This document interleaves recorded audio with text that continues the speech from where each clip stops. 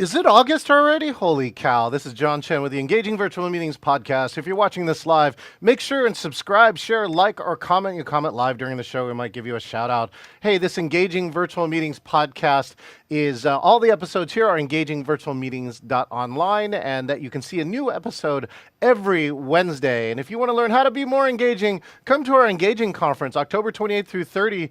And who's now on the list? Oh my gosh, Frank Kitchen is now on the list. Tim Gard, Hall of Famer, on the list. And now, if you haven't heard, our own president here from NSA Northwest is the winner of the Cavett Award. If you don't know what that is, there's only 45 that have ever been given out. It's the highest award from National Speakers Association, and it'll be featured here at the Engaging Conference. Meanwhile, speaking of legends, we got a business leader with us.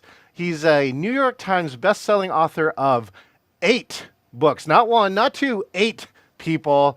And his Full Speed Ahead and Accelerate Breakthroughs virtual or conference keynotes are delivered with energy, humor, and practical takeaways.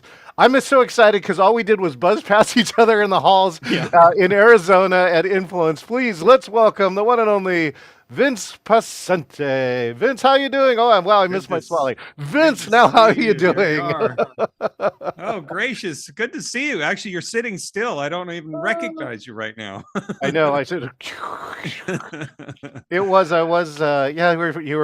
asked the question, what did you not do? Because I produced the Sunday service with Willie Jolly and Jane Jenkins Herlong, and I produced the chapter leaders meeting. Like, they didn't have any music lined up for all the awards, and we're excited. Actually, our chapter won 2 awards, Vince. Our NSA Northwest chapter won premier chapter and the fastest growing chapter of the year. Oh, did you? Good. Great.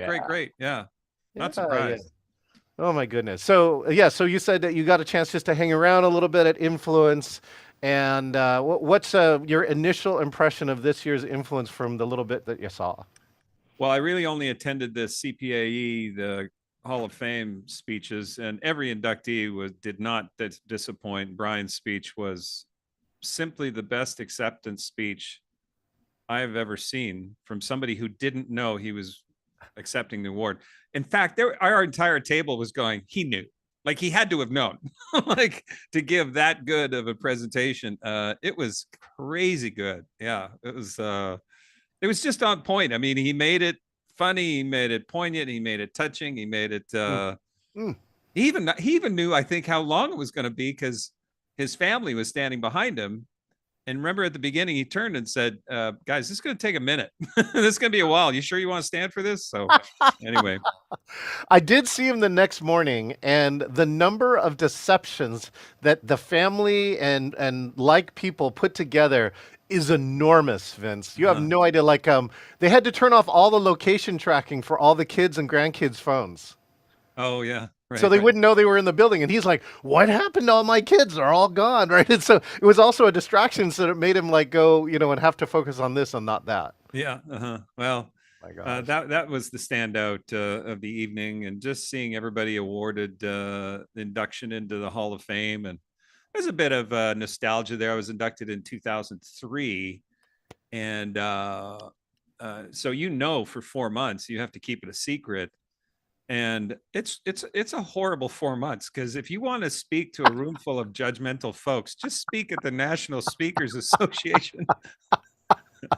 True, that, right? My God. Anyway, of course, I got criticism, and I was my typical self. I was just, I was funny but irreverent, and you get to a point where if you are worried about making everybody happy, good luck with that. So anyway, yeah, it was an honor to be inducted, and it's fun to look back on it. Oh yeah, Vince, it is a huge honor. I think my current count is like less than 125 or so into the CPA or Hall of Fame. But I have a few friends who don't know who you are, Vince. So why don't you just take the moment here and share with my friends who you are and what you do in the world. All right. So I've been speaking professionally for 31 years. I basically help sales and leadership audiences cut their goal acquisition in half, meaning not the actual goal, but the time it takes to get there, right? And so my whole brand promise is around speed. I raced in the Olympics in Albertville, France, in the sport of speed skiing at 135 miles an hour. And probably the thing that put me on the speaking circuit, if you call it that, was I went from recreational skier to Olympics in 4 years. So 26 years old, recreational athlete, 4 years later, vying for the gold medal in the Olympics. And what's most important in that story are the strategies that help the audience accelerate to their goals. And so there are actual tactics. And in fact, if I hang my brand promise on one thing, it's do what the competition is not willing to do. And that really means competing smarter. So my keynotes are fun.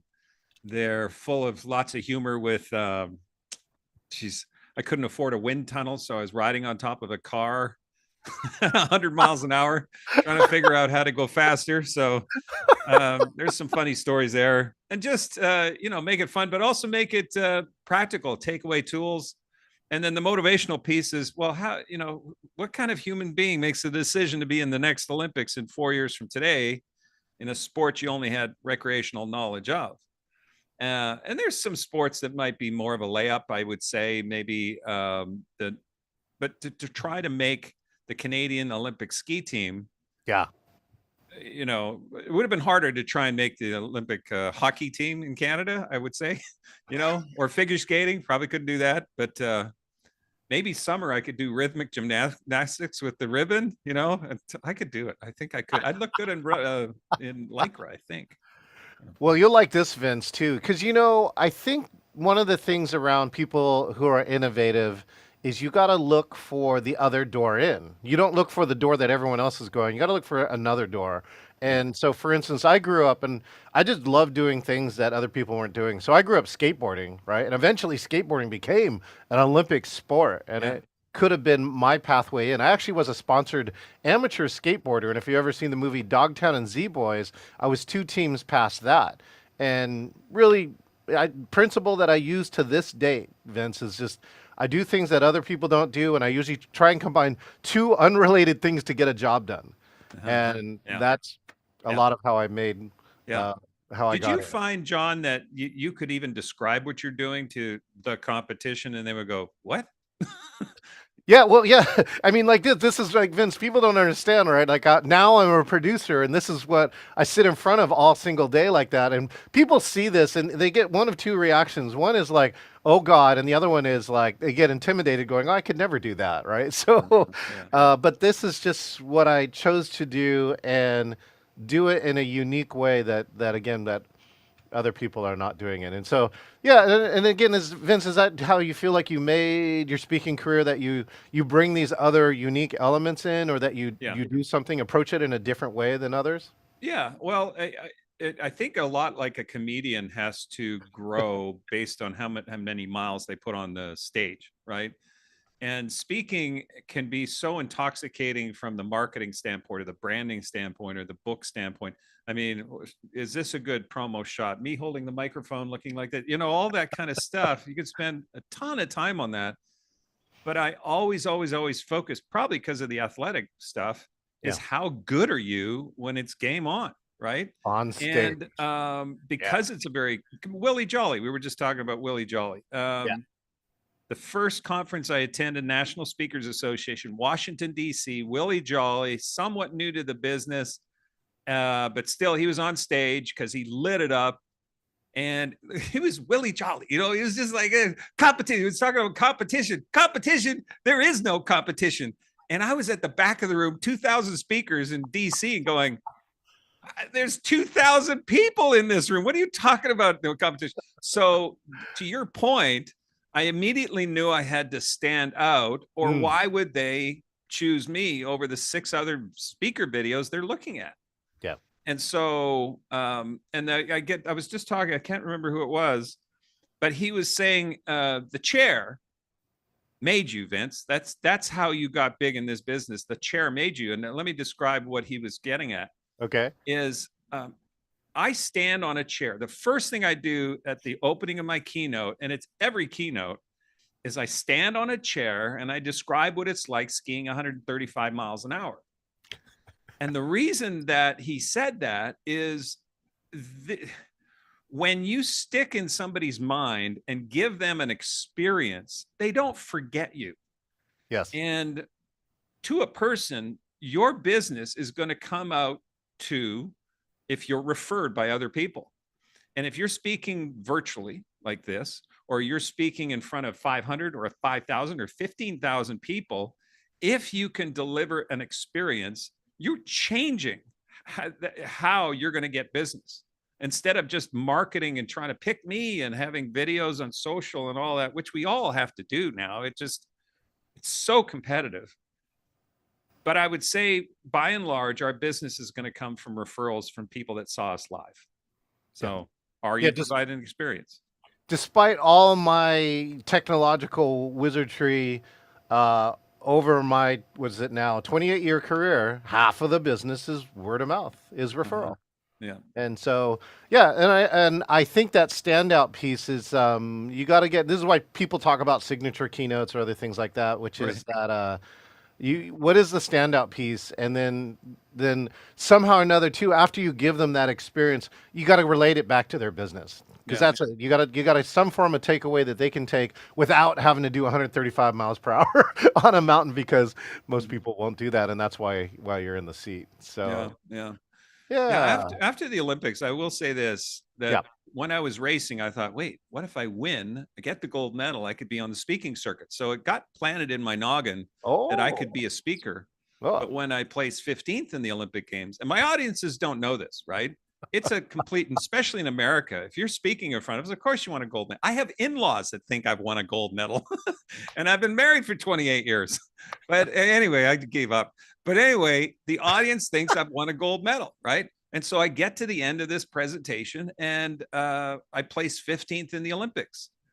And for 18 months after the Olympic Games, my phone didn't ring. There was nobody asking, how did you place 15th in the Olympics? There was, but it was one speech that set the wheels in motion to another referral, to another referral. And then I started to realize, wait. And then I got this job, by the way, for what it's worth, with International Investment Properties. And they needed somebody to help pitch their investment properties. And I said, well, how about this? Why don't I speak to all the local and real estate offices across Alberta?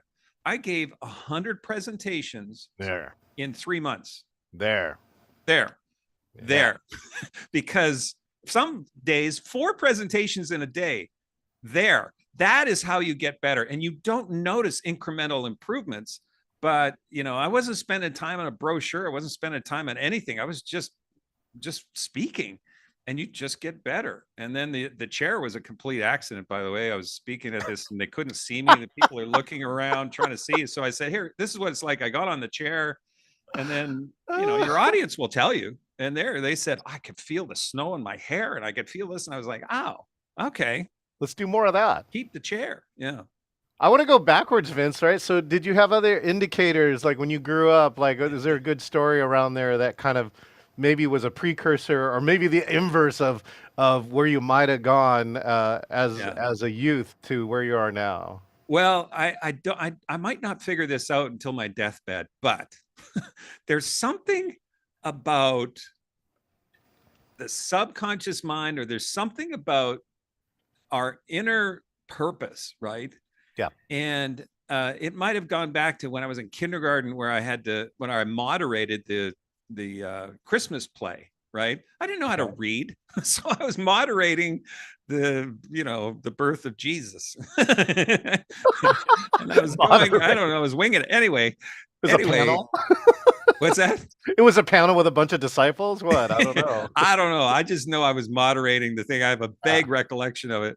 But I remember in ninth grade, and in Canada, it's high school is 10, 11, 12.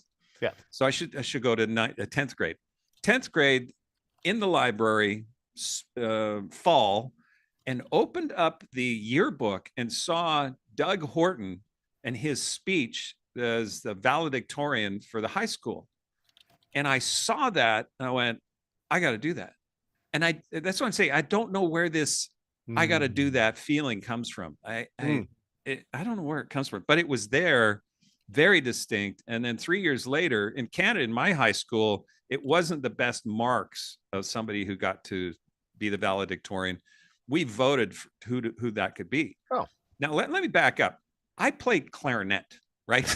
I was you're in the not. band? I was, yeah, I was in a concert band. I played in the jazz band, sax, and all that. But I was not the cool guy. I didn't have a girlfriend till college. Let's put it that way.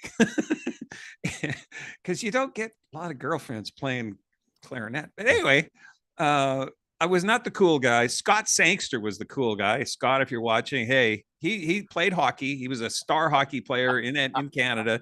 He went to play on a scholarship to play for Harvard hockey. He was just a stud, probably still is. And he was running to be valedictorian as well. I just knew I just didn't have a shot. But somehow I got selected as valedictorian. And Jubilee Auditorium, 2,600 people. And I spent a lot of time on this speech. I had it down. I was, maybe all of 12 minutes or 8 minutes. Yeah.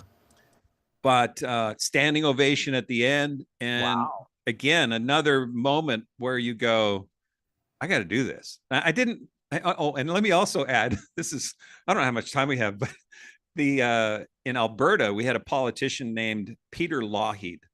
Mm-hmm. Peter Lougheed gave a retirement speech. He was leaving politics, and the 5,000 people was on TV, and his speech was captivating. And I was watching this 14 years old, and I was going, I want to do that. I want to be a politician. Yeah. Anyway, I figured out you don't have to be a politician to talk to people. So, but it's funny because I have the same politician thing too, which is like people ask me how I get started speaking, and I said I ran for president in the 3rd grade, and they neglected to tell me that you got to give a speech to the whole class, and it's the most terrifying as well as exhilarating thing I think I did in 3rd grade, and that's my precursor somewhere along the line saying that speaking's going to be part of my thing. So. Yeah, well, the seeds are planted, right? And either you pay attention to the seeds along the way, or you don't feed them, and they wither, but they just don't go away. Yeah. So pay attention to the signs. Well, speaking of wither away, right? So you started your speaking career a while ago, so you were probably cruising along, right? And now I'm going to hit March of 2020. So Vince, tell me where you were and what did you do in March of 2020 as a professional speaker? I had learned in 2008 that whatever I was going to do, I was going to provide value. Mm-hmm. And so my income almost went to nothing. My wife had owned a bureau at the Speakers Bureau at the time. So we were both hammered financially. We just note to self, marry somebody in a different industry. That's the risk abatement strategy. Yeah. I would say that should be number one. To heck with falling in love. Are you in a different industry? Should be your first question. So we can weather any economy. Yeah. But my decision at that time was to provide value. So I said, every day of the pandemic, I'm going to churn out a video, and the video is going to have value. Yeah. And so that's what I did. And little things dribbled in here and there, some remote motivational talks by virtual presentation. The hardest work I've ever had to do is giving a motivational talk virtually. It's like going on a date for an hour, being enthusiastic the entire time, but you're alone on this date. There's no date. Yeah. Good luck. Anyway, I could deliver virtually, but it's in fact, I remember pushing back. They said, hey, we want to book you for your fee. And I would always book for my fee because it was, but the expectation was it's got to be half if it's virtual. And God bless somebody that wants to do that. But I just couldn't. I mean, it takes so much more curation and forethought and being able to, I mean, just look at your studio. You have a studio like that because you realized that the virtual experience has to have tools. You have to have, and you don't have a studio technician right there. You're the technician, right? Yeah, sometimes I do have a technician, but yes, I have automated so much here so that I can do a lot of it myself so that I can have instant control. Yes, Stream Deck's in the house. There's my maybe only tool right now. I've got it off right now. But in the end, you don't need all that. And I think, Vince, that's one of the things. As one of the new kids in the block, as the new, like, I got my CSP last year, is that uh, I made my part saying there is a way to do it. It's not the same as in person, and that's the hardest part. But there are lots of related things, and we have been able to get virtual audiences, bananas, the energy, right? You do some parts. One of our greatest stories. You remember the name Elizabeth Gilbert? Yeah. Oh yeah. Oh yeah. Yeah, she wrote Eat, Pray, Love. She gave this keynote to 650 people, and somebody writes in the middle of the keynote, "I feel like I'm having a one-on-one with Elizabeth Gilbert in a Italian cafe." Right. Set, right? And Right. there's 650 people, and you're like, "How did you do that?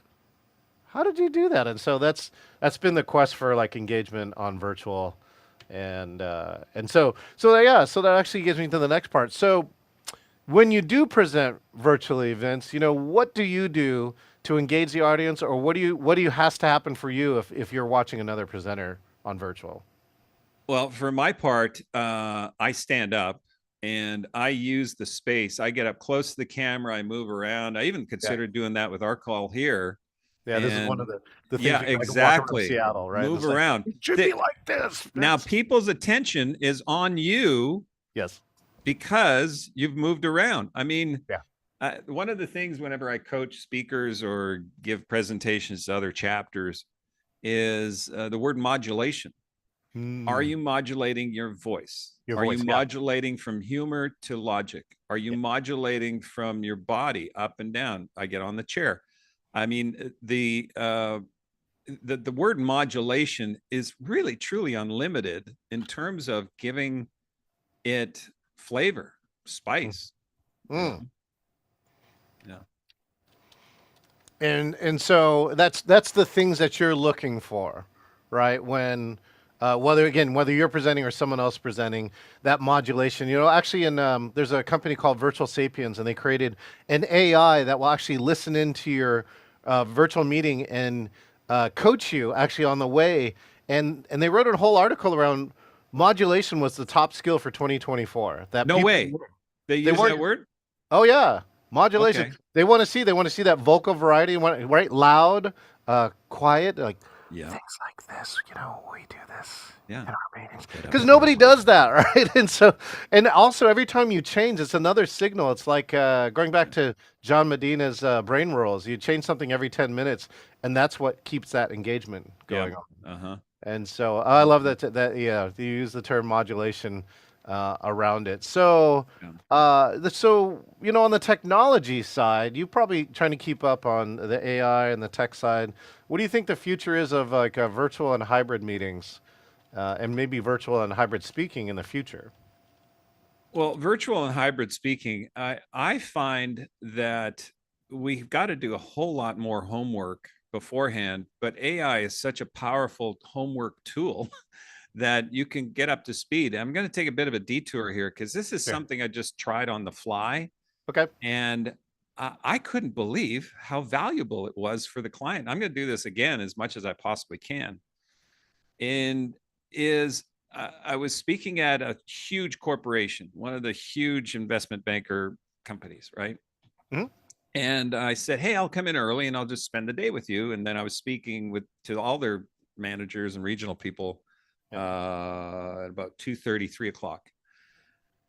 It was kind of a torturous day, right? Because they're talking about the AFI and the DFD and the BFD. And I was thinking, what are you guys talking about? But I never Acronym said too. that. I'm just taking notes and I just go to, okay, so these are important things. And as I was taking all these notes, Yeah. I ended up putting placeholders in my prepared PowerPoint presentation, right? Ooh. But in the placeholder, I had taken their information that I had from them, which is confidential information, but very important to them. Yep. And I ran my notes through ChatGPT and I said, give me 3 pain points that are prescient for these folks at this time with the responsibilities they have. And then I titled each of those pain points and then I slotted them into slides, the 3 slides spaced throughout my presentation. These guys were blown away of how well I knew what they're working on and what they're dealing with, and then each of the pain points then correlated to, because if you're a good speaker, you can actually adapt what you're saying extemporaneously to Yeah. the information you just said. Well, this is a pain point, Yeah. and then addressing that. And one of the ways you can address this pain point is to do this, this, and this, and this, and that's turning into a long-term contract, right? So if they say to you, "What else do you do?" Provide value. And so I know I took a detour in terms of the virtual, but Yeah. with virtual, there's a calendar invite, and the calendar invite says, show up at a certain time and then give your part of the presentation. Okay. What if you showed up early in the morning and took notes? And this is a little painful. This is not, show up and do your song and dance and then leave and make sure you get your check on the way out the door. This is, you're providing value. So Yeah. what if you took that idea, took some notes, made it so valuable to them, and then extemporaneously did that on the fly in your virtual presentation? Do you think you're going to get referrals? Do you think you're going to get asked back? Do you think you're going to get more business? Do you think you're going to be tired at the end of the day? Yeah. Yeah. Because your brain's just going, what are these acronyms mean? What are they talking about? But anyway. But I think that the key part in that is that they sit there in their seats and they're like, "Wow, you get me." Yeah. And you can get me, and you can do it now in less time than it used to. Like otherwise, you have to like take a trip to the library, or like even some of this other stuff you can't get because it's not available, right? Because it's in the proprietary part.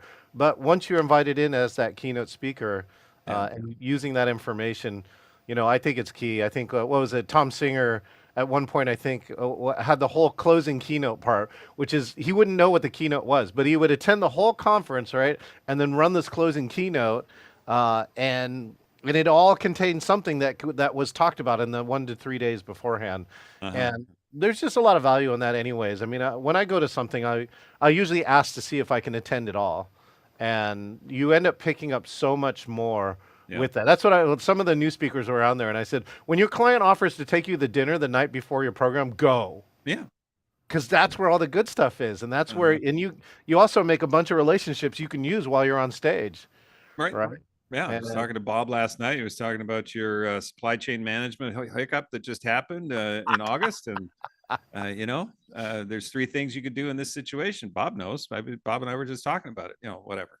So. Yeah, and the value piece around that is really key. That was my part, Vince. I put a class up when COVID happened. I had 15 canceled programs, but I put a class up on Eventbrite, and 5,000 people took it by the end of the class. And that's a virtual class that I've delivered over 400 times over the course of the years.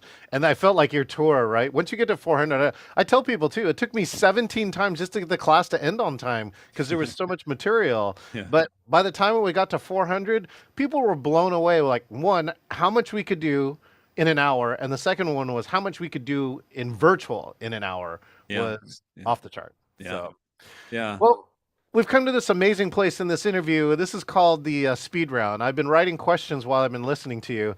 And so in this round, right, if you're okay with it, I'm going to ask you a bunch of questions. You're going to try and answer them as fast as possible. And I'll play some sound effect as soon as you answer it. Is that okay with you, Vince? I didn't know this is coming. Of course it's okay. Bring it on, Sparky. Sparky, that's a good one. Okay, here we go. Best ski run. Best ski run was when I was in Les Arcs, France, and it was the World Cup, and placed 5th. And 3 years prior, I'd never seen racing skis before. And I was one happy gray-haired Italian, Irish, Canadian. That's a pressure. I feel like the Jamaican bobsled team story a little bit somewhere along the line here, but okay, maybe not. Oh yeah. Well, you know what? The wife of the pilot of the Jamaican bobsled team is the reason we have our first child. What? Yeah. She talked my wife into not going off the pill. And at the time she was not my wife. What? So that's my interaction with the Jamaican bobsled team is we now have you know what? I proposed in Greece after a gig. And then 10 days later, we're back home and I'm holding this EPT thing going, oh, I guess we're getting married earlier, aren't we? So anyway, Yep. that's my Here we go. Jamaican Wait, bobsled story. here. This is for you. Okay, what you love about Canada? Canadians. No, I was just in Caps, BC, and I agree. Mm-hmm. Best modulation example.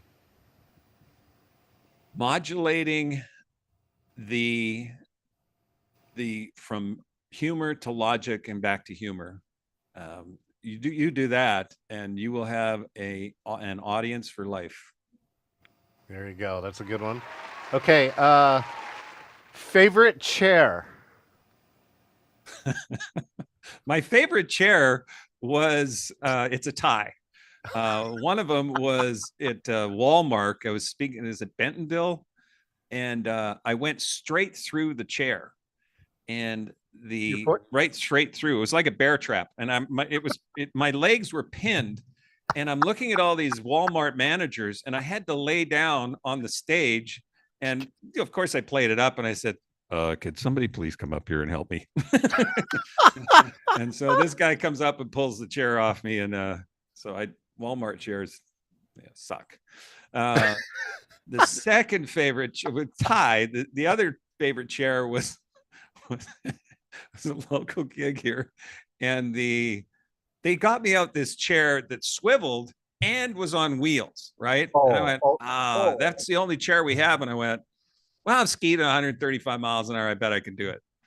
But as it turned out, I got on the chair and the chair kept spinning, right? So the CEO in the front row jumps up and gets in behind the chair, but he has to bend over because the chair is, so the optics of it were not good. As I'm in my ski tuck and the CEO is holding the chair from behind. So if you could picture that, who needs a porn site when you got that?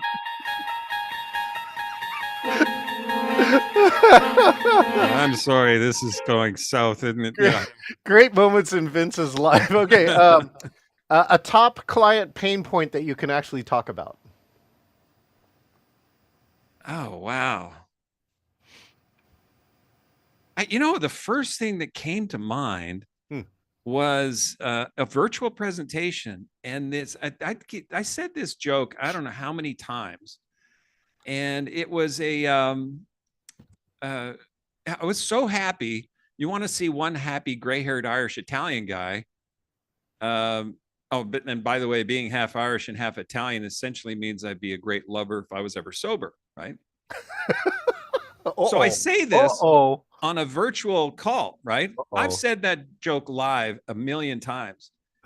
And I got dressed down by this senior executive who said, we are an inclusive of all cultures and we never do that kind of stuff.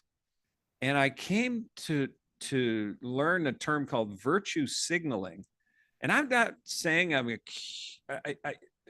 I've seen this, I've done it live and it's never offended any. Plus I am half Irish and half Italian. So if anybody could say this, I could say it, but yeah, you could own the joke. Yeah. But he dressed me down but he had all the young females who had booked me on that call. And this guy was probably in his early 70s. And there was this, but if you know about virtue signaling, there was definitely a feeling as though he was coming after me so that he would be on a higher moral ground than anyone else, right? And I went, oh, you're the fall guy. Yeah, I think I was the fall guy. I'm not saying, if I'm offending Italian and Irish people, you cannot offend Irish people, and you cannot offend Italians. So I don't know. Anyway. Oh, okay. Geez, I don't even know what to do with that one. Yeah, all right. Really, ding. What's something you still have left got to do on your list? Oh gosh, I've been to 67 countries, and I've never been to Africa, and I've never any country in Africa. I haven't been to Antarctica. I've only been to a portion of South America. So there's a lot of countries to check off the list here. So that's more about travel. Yeah.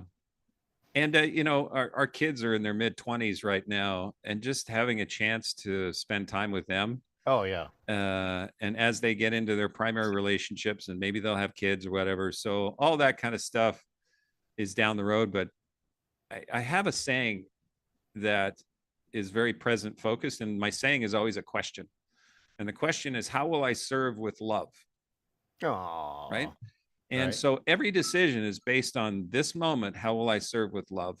And so the countries, when that happens, it happens. When the kids, build their own lives, that happens. But right now, that's why I'm on the call with you. Genius. Yeah, Tony Robbins. I spent a lot of time with Tony. Is a primary question: how will you serve with love? And one of the ways was when my son turned 18, I let them choose the trip, but the only rules is they can choose anywhere in the world. I have to go with them. And so he chose a bicycle trip in the Super Chianti region of Italy. Right. And it was one of the most spectacular trips, and I was actually able to keep up, which was amazing. And yeah, those are the kind of things. Which leads me to my last question, Yeah. Vince, which is this: if you could get people to magically remember one thing from this interview, what would that be? There is a saying in the Olympic Games, and it's Citius Altius Fortius, which is Latin for swifter, higher, stronger. It isn't about being swiftest, highest, strongest. It's about getting faster. It's about jumping higher. It's being stronger. But I added a fourth term, a Latin term that I'd like your audience to entertain. And it's the Latin word called smartius. How much smarter can you compete? Right? It's not about working harder. It's about working smarter. And you will bring all sorts of things you dream of contributing to the world, to yourself, to your family, all by competing that way, smarter. Well, genius. Well, I want to let you know my good friend Celeste Combs is listening in. She said she really enjoyed all the wisdom, loved the chair moment that you shared, Vince. I want to say thank you for being here on the Engaging Virtual Meetings podcast. And Vince's website is in the notes. So if you want to learn more about Vince, make sure and click the link. Thanks again, Vince, for being here. John, good to see you. There we go. All right, here's watch. We're going to play Vince's walkout music. Oh, we've been visiting with Vince Poscente, who says, I think the great question today, how are you going to serve with love? How will you serve with love? Think about that question as we do this. Again, if you're on social media, hit subscribe, share, like, or comment if you want to see more of these episodes. If you want to see all of them, go to engagingvirtualmeetings.online and subscribe. A new episode every Wednesday. If you want to learn how to be more engaging, then come to our conference. We do have a free ticket here if you go to engagingvirtualmeetings.com/CON. And if you actually get a paid ticket to Seattle, you get 5 minutes on our stage with 4-camera video. So those aspiring speakers, if you're looking for a speaking reel, this is one way to get it. Plus, getting education from over 15 speakers, October 28th through 30th. And the last part, if you want to be like Vince, well, then go to engagingvirtualmeetings.com/meet, select interview, and you could be the next person here on the Engaging Virtual Meeting podcast on a chair. We'll see you next time. Drawing star people and keep